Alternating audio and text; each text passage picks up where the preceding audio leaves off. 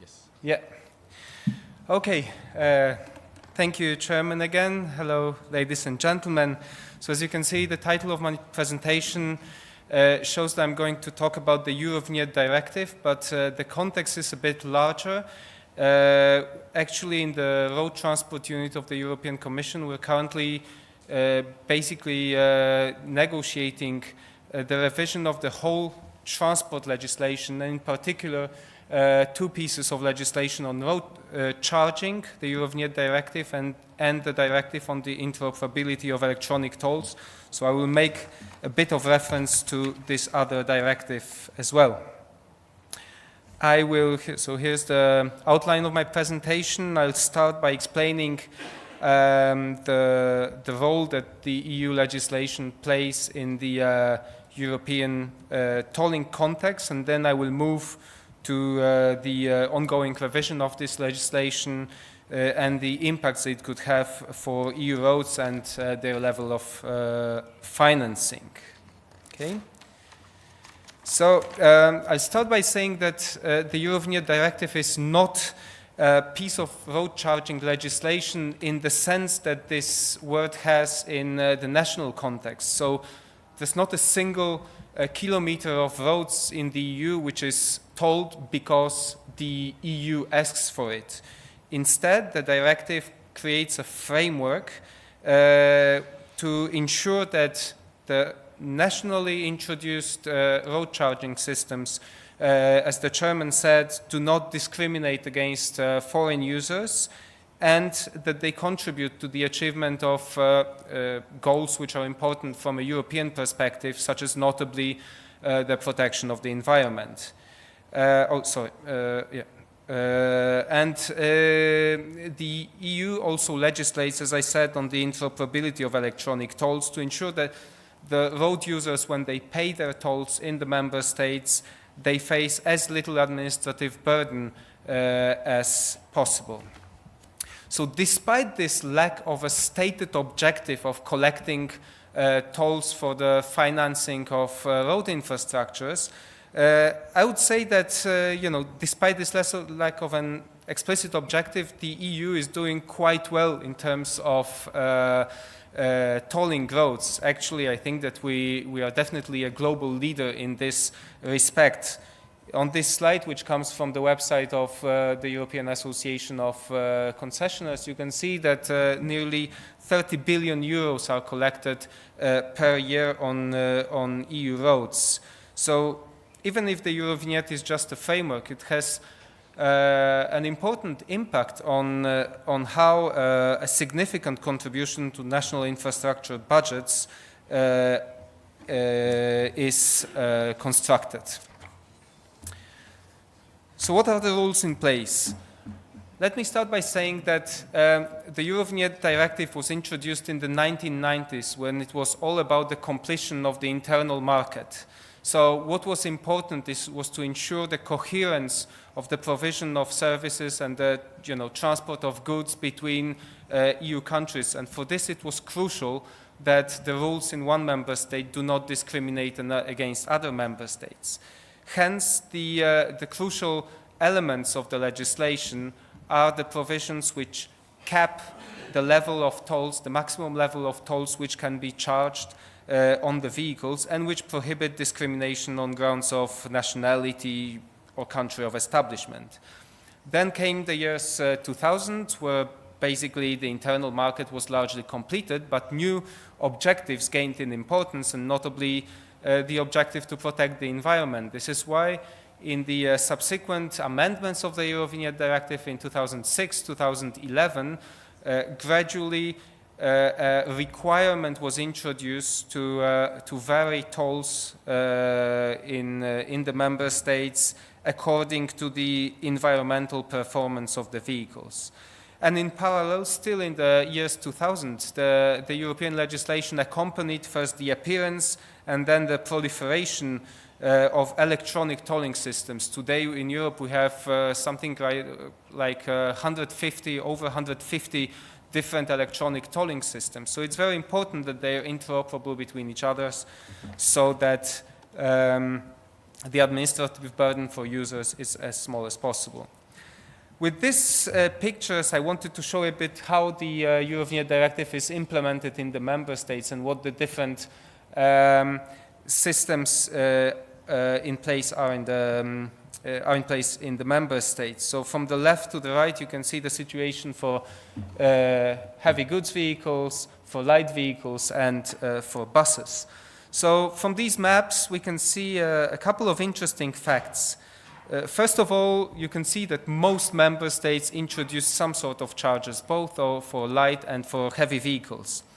Second, you can see some blocks of countries. So first of all, you can see a difference between the time-based vignettes in yellow and the distance-based tolls mostly in red and green.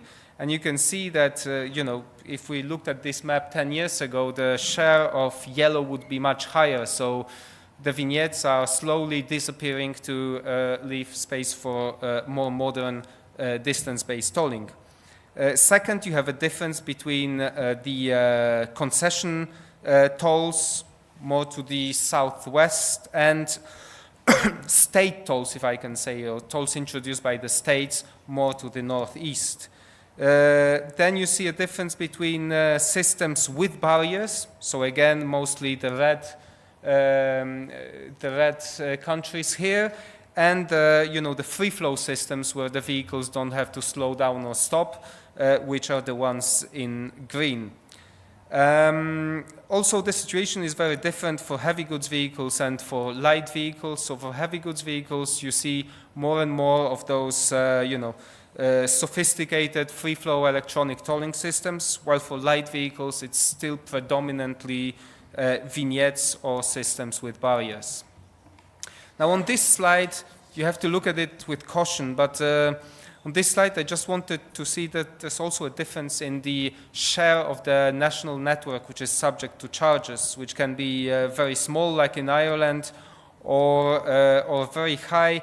I would give the example of France rather than Romania and Netherlands, because Romania and Netherlands have a vignette, so it's easy to cover the whole territory. But what I wanted to show here is that, it can be either just the main network or a few pieces of infrastructure or a whole national network.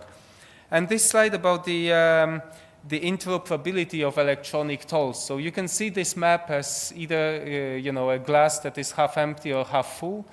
On the positive note, you will see that hauliers can use the infrastructure of 6, very soon 7 member states with just one onboard unit and one contract and invoice with a single entity. These are the green countries. On the other hand, the progress on interoperability in the yellow countries is slow, to say the least, and nearly non-existent in the blue ones. Now, this is an interesting, I think, slide for this audience because it shows where the money goes. In general, what we see is that the revenues of road tolls in Europe go to transport, but not exactly the same transport. So in the countries with concession tolls, there is a clear link between the tolls paid and the quality of the service received afterwards, because a big share of the money is reinvested in the infrastructure, as we just heard for the example of France. Also in the Visegrad countries, so Poland, Hungary, Slovakia, we see that there is a link. The money which is collected on roads is used to build and maintain the high capacity network, but elsewhere this link is much less visible. And this link is very important for the acceptability of tolls, because if a user sees that the money that he or she pays goes for better quality of roads, then it's a bit easier to pay all those monies to the state. So now I'm going to the second part of my presentation, which concerns the upcoming revision of the legislation. Here's in a nutshell on 3 or 4 slides what the Commission has proposed as changes to the Eurovignette Directive.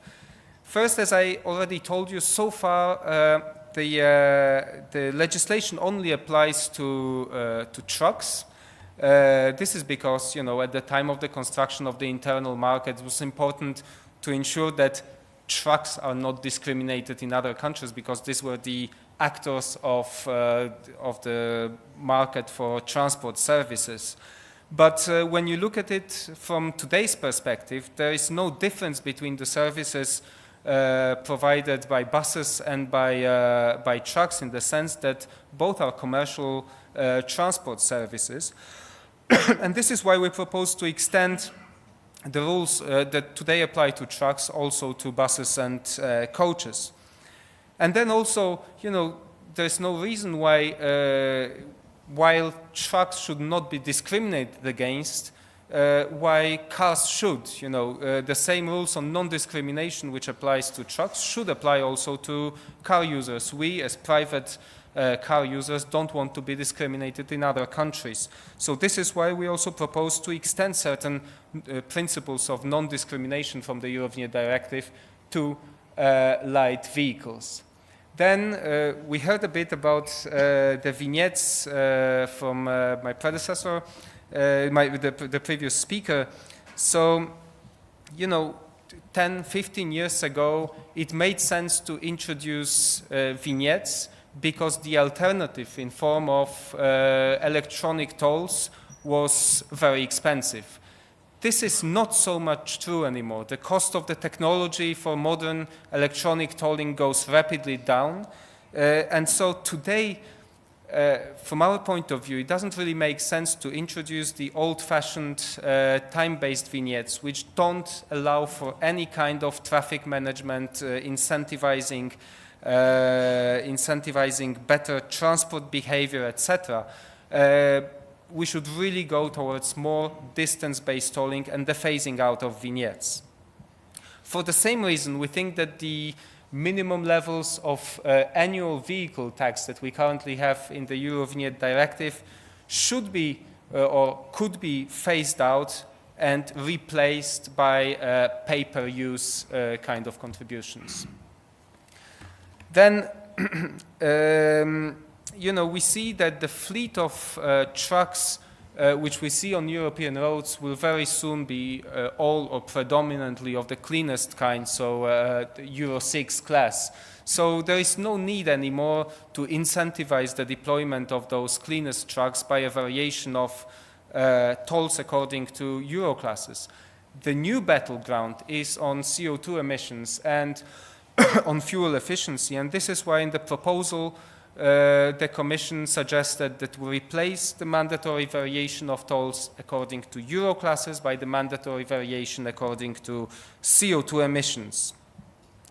For cars, so this was for trucks. Now for cars, as shown by the recent Dieselgate, the pollutants still remain a big issue, and this is why we propose that the tolls for cars are varied according to both CO2 emissions and real driving pollutant emissions. We also proposed a special toll reduction for zero-emission vehicles so as to promote the uptake of those vehicles in Europe. And finally, we proposed a framework for the introduction on the interurban network of true, genuine congestion charges, which can be introduced in peak hours to relieve congestion on the interurban network.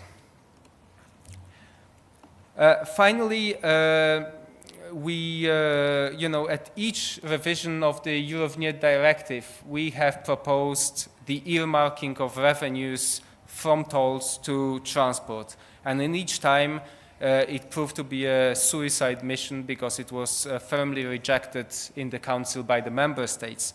So this time we've learned from our mistakes, and rather than going again for a proposal to reuse revenues in infrastructure, we want to increase the transparency of what happens to tolls. So we want to see, we want to provide for the transparency on the use of revenues on the one hand side, and on the state of the tolled infrastructure on the other side. So, so that the user can see, okay, I pay this amount of money, and this is the state of the infrastructure for the use of which I pay. And this could create pressure for investing more in roads which are tolled but in inadequate condition. Now on this slide I wanted to share with you some figures from our impact assessment which show the expected impacts of the legislative changes. So we obviously, since we propose a framework for congestion charges, we expect a reduction in the cost of congestion in Europe, significant additional toll revenues, mostly due to the replacement of vignettes, which don't bring a lot of money by distance-based tolls, higher investment in roads, with a significant number of new jobs, and important reductions in both CO2 emissions and the emissions of pollutants. Of course, these figures rely on the modeling of what the response of tolling actors will be to the changes in our legislation. As I say, we don't impose, the legislation doesn't impose anything, it creates a framework, but with the legislative changes that we propose, this framework will evolve and will, we believe, facilitate or incentivize more and different tolling.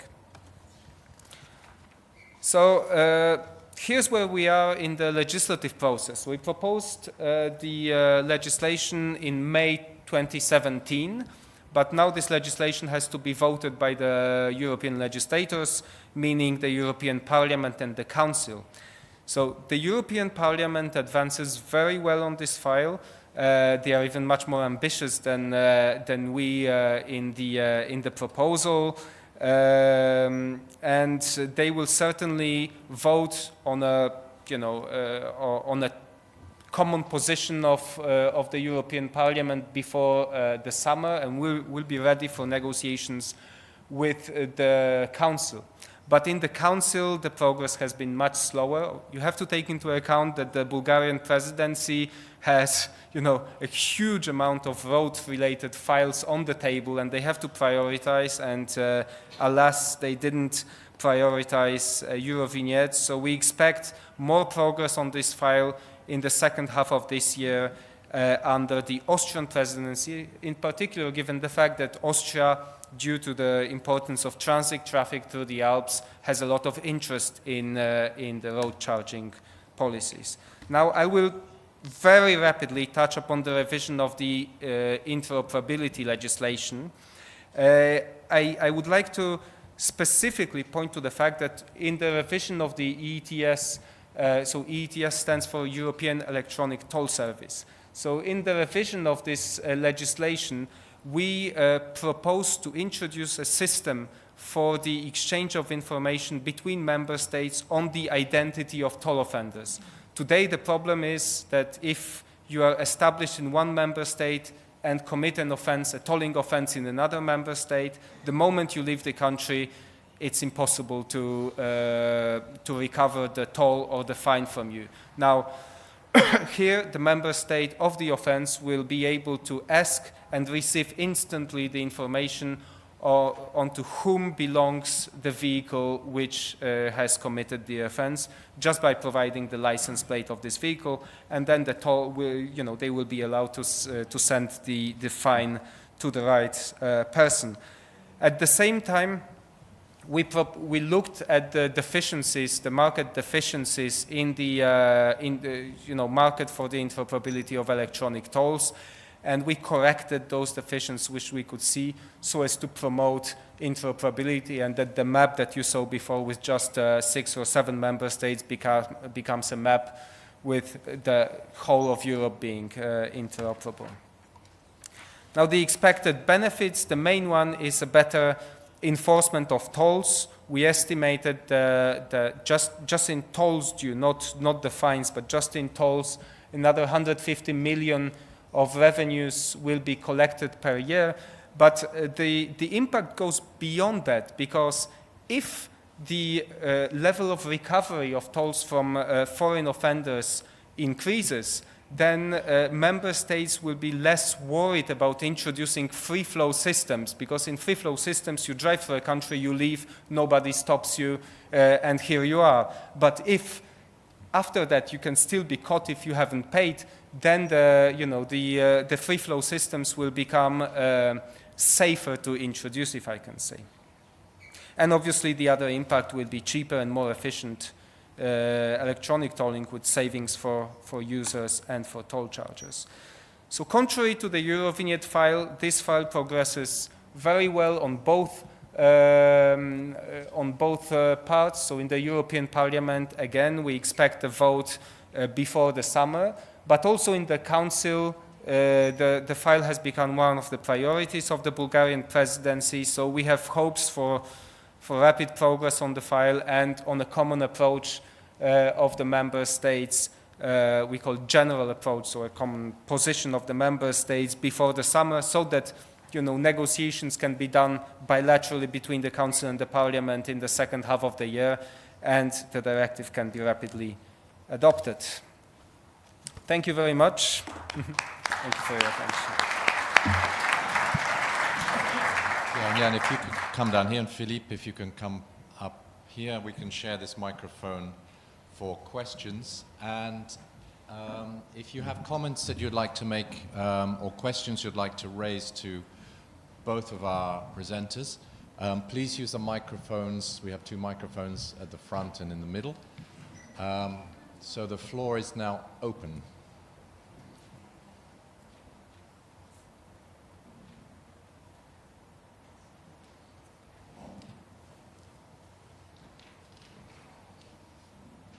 If you could just introduce yourself and then... My name is Christophe Nicolet. I'm the Director General of the European Union Road Federation. I would like to ask questions and make also some comments, more particularly regarding the revision of the Eurovignette Directive, and I had the opportunity to have already a short discussion with Mr. J.SZULCZYK about the topic. As the representative of the road infrastructure sector in Europe, we welcome this effort and this proposal from the European Commission. And I think that it needs to be highlighted that for the first time in the description and the background, the rationale of this proposal, there was a clear indication of the necessity of the maintenance of the road infrastructure, which is quite good. But what we see really is that at the end, this framework proposal, which is rather well structured, I think, will end with a decision from the member states. And during this last presidency in particular, we have seen that there has been a sort of blockage almost from the Bulgarian presidency on this, on the implementation and on the future of this directive. But I would like to have, so it's going to take some time, this is for sure. Despite the different problems, I would like to raise just 3 concerns. First of all, is the time of implementation of the system, if ever they are implemented in the countries. Second thing is the cost of deployment of the technologies. Mr. J.SZULCZYK said that the costs are now reduced, so the cost for implementing this system should be not as high as it could have been in the past. But we also have another concern, which is the risk of transfer from paid network to non-paid network, which let's call it the secondary road network, or the main road network. But what we see is that that specific road network that already suffers for less investment and experiences a lot of degradation with the safety risks linked to that. Don't we go towards a situation where the risk of transfer to this particular road network will even aggravate the situation on the secondary road network? So I'd like to have the position of the Commission on this particular aspect. Okay, Jan, we'll give you the floor to answer that. What I'd like to do is take pairs of questions, a couple at a time. So if you want to form an orderly queue at one of the microphones, then that will help in scheduling the discussion. So Jan. Thank you very much for this question. On the time of implementation, I'm afraid that this is completely beyond the, our influence. The moment that the Commission makes its proposal, we've done what is in our hands, and then the question is more to the Parliament and to the Council. So I cannot really comment more than this on your first question. But regarding the two other ones, they are linked. First, regarding the cost of implementation, as I said, the cost went down significantly in the last decade or 15 years. We saw that when the LKW Maut, for example, was introduced, it costed a fortune. We saw the cost of the eco-tax because it was on the front pages of the newspapers, etc. Now, when you look at most recent attempts to introduce road charging, I'm thinking notably about Hungary, but also about Bulgaria, which is about to introduce a new system, then the cost for the introduction of a system covering both heavy goods vehicles and light vehicles, most modern satellite, etc., is in the tens of millions of euros, which can be recovered very quickly. And still this cost is that high because we still don't have full interoperability of electronic tolls in Europe. When this is achieved, those costs will go further down because the major or one of the important costs of satellite-based systems is the cost of those onboard units, which must be procured today nationally. But once we have the interoperability, those, the member states won't have to procure those onboard units because they will be provided by third-party EETS providers. And, I insisted on the fact that, on the satellite systems, because the satellite-based systems allow for the change of the toll network like this. We saw it most recently in Slovakia and in Belgium. Maybe I'll speak about the Belgian case in particular, where the state saw that there was a traffic diversion to a secondary road here, and here on the national territory. And, they adapted like this the tolling system so that these roads become tolled as well, and the problem of traffic diversion disappeared. Same thing in Slovakia, but at a greater scale, where basically from one day to the other, I think that the toll network was multiplied by 5 or something like this, with, at a completely marginal cost. So that's what I said, that, that the possibilities of modern electronic tolling are huge, and they allow to adapt to all kinds of situations, and also to adapt to those problems of traffic diversion to the secondary network by tolling this network as well.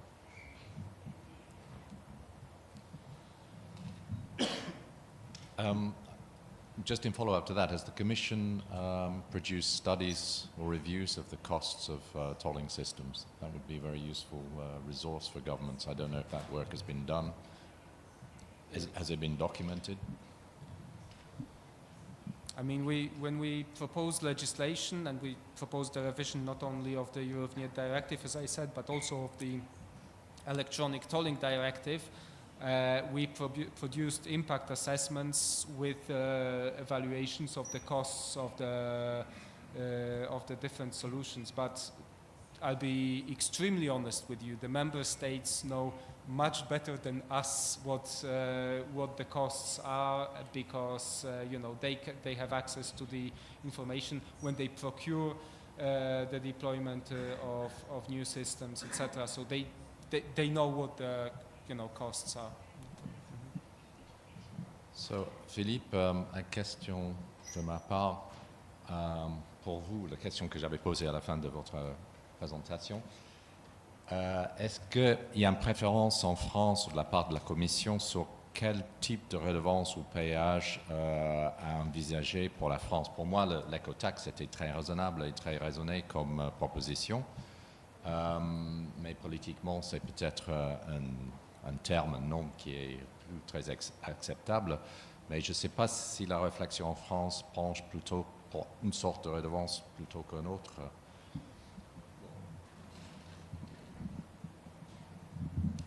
Merci, bon, je vais le prendre comme ça va être plus simple. Il sort pas. Si, voilà.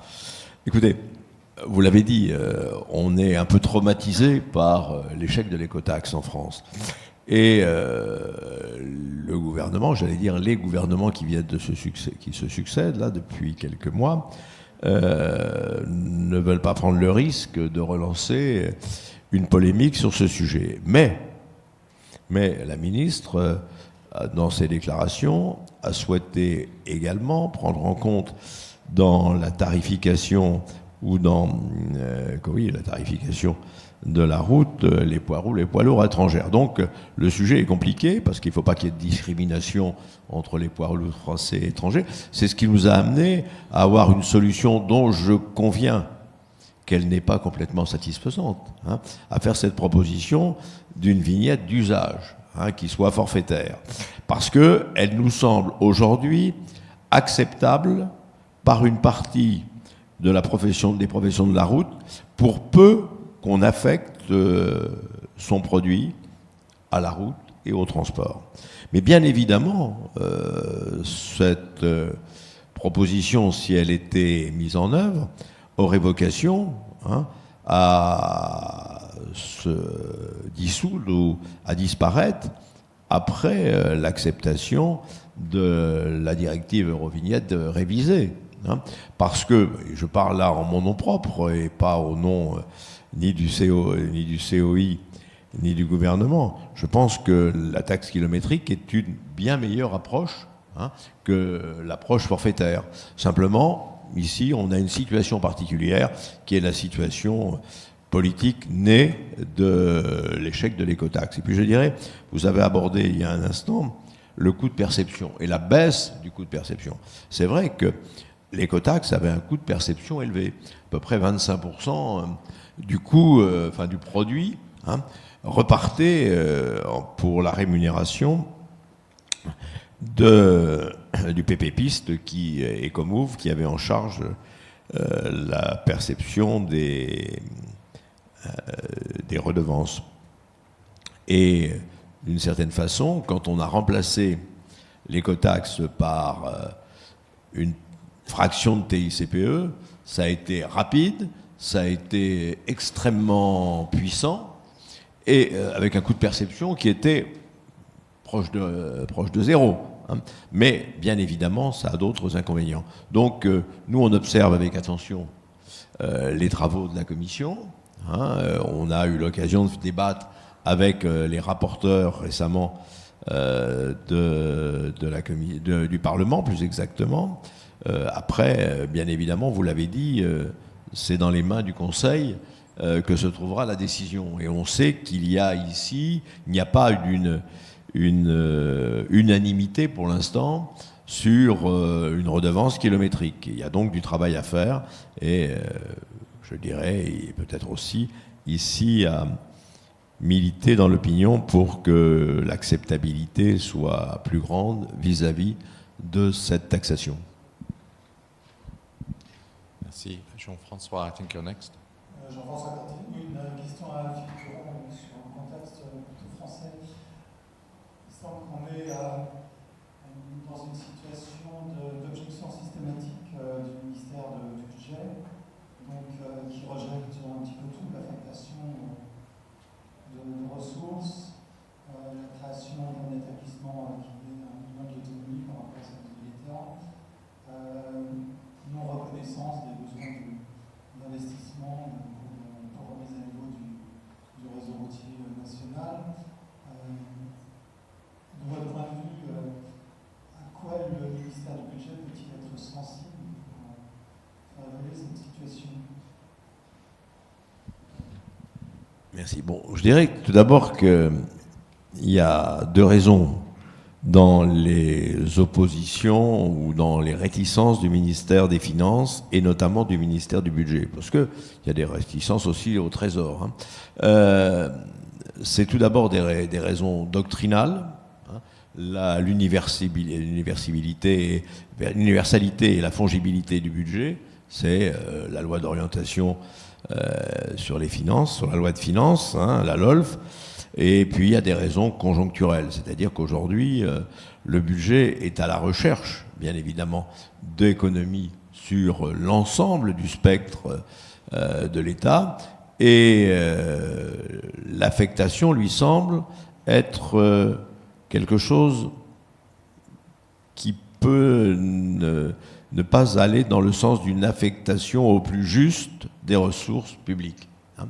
Donc, bien évidemment, il s'y oppose. De même que la Cour des comptes. Hein. Ici, quand on a sur l'AFIT notamment, il a fallu 10 ans de bataille pour que Bercy accepte et que la Cour des comptes ne condamne plus que du bout des lèvres. Hein. Donc je crois qu'il y a ici du travail à faire. Mais l'arbitrage, il viendra et de l'Élysée et de Matignon quand il y a un différend aussi puissant entre Bercy et un ministère technique. Hein. Donc c'est de là qu'on met nos espoirs. Et puis l'autre raison qui peut faire bouger le budget, c'est que la dégradation profonde du réseau routier aurait des conséquences budgétaires qui seraient infiniment plus lourdes qu'un bon entretien. Hein. Donc c'est là-dessus qu'il faut faire la pédagogie auprès de Bercy. Yeah, and linking that with Jan's presentation, I think introducing more transparency in the way the resources are used is the intermediate step, even if you can't set up the institutions. If you can publish what is actually done with the resources, that's already a big step forward. Other questions, other comments? Yeah, right at the back, if we could have a microphone.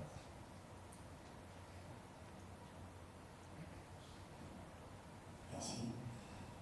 Je formulerai ma question en français pour être plus précis. Le sentiment qu'on a quand on utilise l'Eurovignette dans son état actuel, et je pressens dans son état futur, c'est qu'on n'évoque pas suffisamment le péage comme étant un outil permettant la régulation du trafic, la limitation du trafic. Il faut bien avoir en tête que, pour prendre un exemple français, mais c'est à l'évidence la même chose ailleurs, la suppression ou la disparition du péage, si on trouvait d'autres ressources, ne serait pas neutre en termes de fonctionnement du réseau routier, aurait même des conséquences absolument catastrophiques. Donc il me semble que la législation Eurovignette devrait être aussi présentée sous cet angle de fournir aux États membres un outil leur permettant la meilleure gestion possible du trafic, en général et en particulier à proximité des grandes agglomérations. Est-ce que cette tonalité est susceptible d'être plus visible dans la prochaine version ?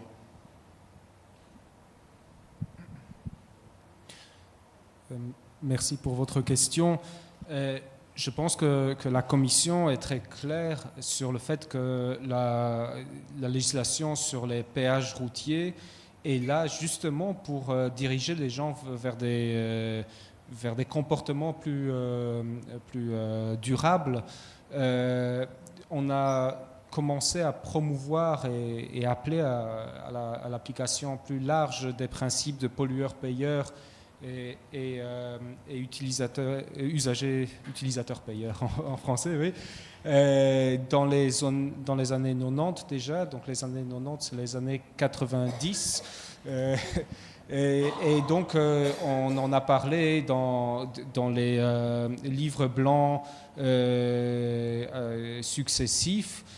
Et je crois qu'on met énormément l'accent là-dessus dans la législation Eurovignette et dans la justification des différentes révisions de la directive Eurovignette. Et, par exemple, une des raisons pour la suppression des vignettes, c'est que justement les vignettes ne permettent pas d'aider à mieux gérer le trafic et inciter les gens à faire des choix de transport plus durables. Donc, j'estime qu'on fait beaucoup dans ce sens-là. Certains diraient même trop, mais je prends votre remarque et je la passerai à la maison. Merci. Philippe, did you want to comment on that? Non, je pense que vous avez raison d'insister, monsieur, sur ces problématiques que sont et la congestion, hein, et l'approche d'une mobilité plus durable, hein.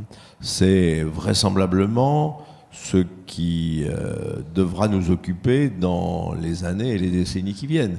On le voit bien pour atteindre notamment les objectifs de réduction des émissions qui ont été adoptés dans diverses conférences internationales, dont la conférence de Paris il y a 2 ans, eh bien, il va falloir que le transport, et le transport routier notamment, baisse drastiquement ses émissions. Alors, on fait beaucoup confiance à la décarbonation des motorisations. Sans doute aussi, faut-il qu'on optimise notre mobilité, et notamment on optimise le transport routier. Hein, et c'est déjà commencé. Et on le voit en Allemagne, il y a eu une grande amélioration des chargements des poids lourds, même si il y a des conduites d'évitement avec les vulles et l'éclatement de certaines cargaisons sur des vulles qui ne sont pas taxées.